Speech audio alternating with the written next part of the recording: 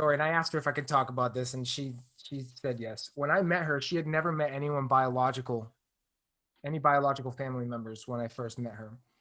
And Sure. she's a year older than me, so she's 36. So she went 30 plus years of her life never having any contact with any biological family member, and she didn't even really know what she was. She thought she was Greek, maybe Mexican, maybe some Scottish Irish in there. She got a little mix, so she didn't really know. And on her birth certificate, it had some information about her father, but it's all lies. He lied on the whole thing, so he filled it out. It's like even his name was wrong. So Nice. one anniversary, I got her ancestry.com. Sure. And man, what a trip. We went on such a deep dive. We were going back into records of like when her ancestors were crossing the Mexican American border for the war. And you have to sign a little book. And we found like their one signature in the book, and they signed in as like white if they weren't Indian or Mexican, or like Sure. the labels we have for people. So we went back and we never really got concrete answers, but we had like a loose idea of maybe who her family was. And then we got in contact with one of her third cousins in Chicago, this female that's a police officer who's like all about the family. So she had all the info. Sure. All of a sudden, she starts connecting the dots.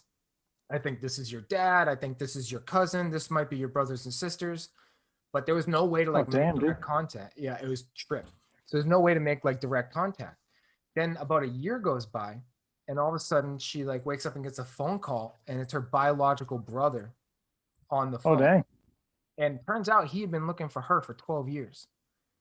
Oh, And wow. yeah, he wasn't on Ancestry or anything, but he had been looking, asking his dad, and their family was really tight lipped about it because her dad's sort of like a scumbag, biological. Fair.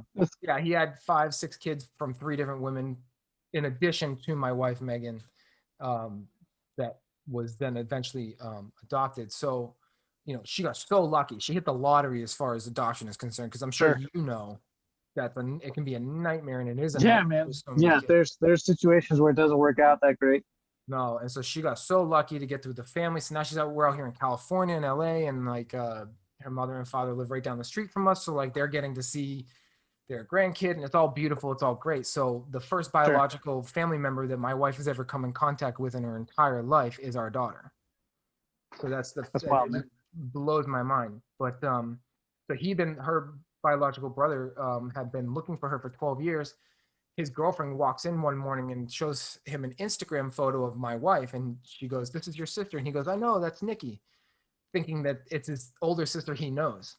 Uh-huh. And because they look identical, but they look very Sure. similar. And she's like, "No, that's your new sister." And then all of a sudden, like boom, boom, boom, boom, boom, like fireworks. All of a sudden, this whole new Wild, man. life came in, and like so, we've got to see it like on like just wait like the patient game, like so like in your 30s now, all of a sudden getting 5 siblings, and she doesn't talk to the dad, and guess what? He doesn't deserve it, but no Sure. contact with the mother yet either, because that's a tricky situation. But Well, it's trippy, man. Like it's I think it's out in the open. I think I can talk about like my wife's grandfather got one of those deals in his 80s and did it, and he found out that he was only half siblings with his siblings. And oh, so like his oldest sister was in her 90s, and she was the only living like sister, and she had dementia pretty hard. And so like he was like asking her questions like, "Hey, like why are we only half siblings?" And she's like, "I promised mom I'd never talk about that." how old was And he? like he was in his late 80s, so he was like 87. I Oh, want to say his sister was in her late 90s, so like 96, 97. And so like the family has all these like theories about like what may or may not have happened. But like you look at their family pictures, and it's like tall, tall, tall, tall, tall, tall, short. And so like it's like I'm not gonna say it's obvious that he's not like a full sibling, but like you could tell like one of these things is not like the other. But yeah, yeah. it's trip, man. Like family's weird. That's one of the things I kind of worry about as like my kids get older. Like my daughter, her parents are currently homeless. She has a full-blooded brother who is currently living with another foster family, who was born about a year and a half after she was born. And like it's going to be one of those weird things. Like as she gets older, like we found out that he was going to be available into foster care about a month after we delivered my daughter. So like it's going to be one of those trippy things of like, well, why didn't you take my brother? Well, we had your sister born, and we couldn't handle it. But then there's going to be like the conversation like, well, do you want to have a relationship with him? Do you not want to have a relationship with him? I'm sure that there are going to be other siblings out of that relationship. And so it's just like, Yeah. what is her life going to look like as we get older? And my son, he has 5 siblings, 4 of whom are full blood siblings, or we assume full blood siblings. But he has 3 siblings who we know are from other dads. So this lady had 7 or 8 kids. Nobody's really sure how many kids she had. So like there's a possibility, yeah, let's say 20 years from now, he gets a 23andMe or an Ancestry.com deal. Who knows what we're going to find for him. Like it's going to be real trippy to see kind of where that ends up. So I'm sure they'll have questions. I think navigating that's going to be tricky for both of them. Well, you But we'll said it see how right it there, the goes, word. man.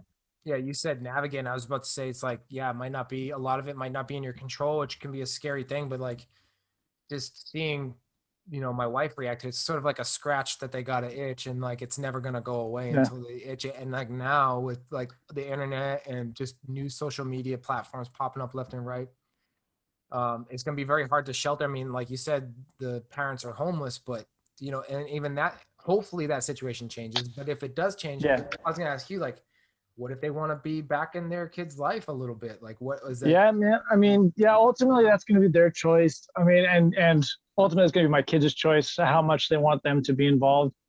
We have an email account that we set up. My son, his mom basically said she didn't want to be involved in his life, which is super sad to me, like on a lot of levels. But the dad is assumed. We don't know that was his dad, if that makes sense. And so like we don't have any information on his dad for sure. Yeah. My daughter, we have an email that we set up, and that way her mom can email us. We email the mom twice a year now, and basically say, hey, here's kind of an update on her life. If you have any questions, you can ask us and we'll answer them, kind of deal. But we also, it's weird because you have to balance like the safety of the kids. So you can't like give away too much information because you don't want like the parents to know where the kid is at, because like kidnapping risks and stuff like that. Right. So it's like, it's this weird balancing act that you have to do. It's kind of weird. But So is that something that you have to do? Like, or is that something you don't choose? have to do it. No, we choose to do it. Basically because we know that, let's say when my daughter is 13 or 14 years old, she's going to hit that phase of like teenage life where everybody dreams if they had another family that they could go live with, things would be better. I just don't want her to ever like have that itch and not be able to scratch it, if that makes sense. Like I want her to have the ability to reach out and have that relationship if she wants to. And that'll be something we'll discuss with her as she gets older and kind of gets into that age. So. And your kids, they know they're adopted, correct? I mean, they're 3 and 2, so we haven't had to like really nail down that discussion yet. But yeah, I mean, as far as they're concerned, we're their mom and dad. They don't know any different. But yeah, we'll probably have that conversation. We'll have that conversation. So you're going to be open with them. Yeah, they're both Hispanic origin, and my wife and I are both very white. And so like my little boy is like little brown kid. So Yeah. I'm sure he'll like realize pretty You'll put soon. 2 and 2 I mean, together. he'll realize hey, mom and dad are both real white. Something doesn't match up. But I mean, yeah, we'll be open with them about it. It's not a secret. We celebrate their adoption day, so we have we make that day a special day too. So it's a good time.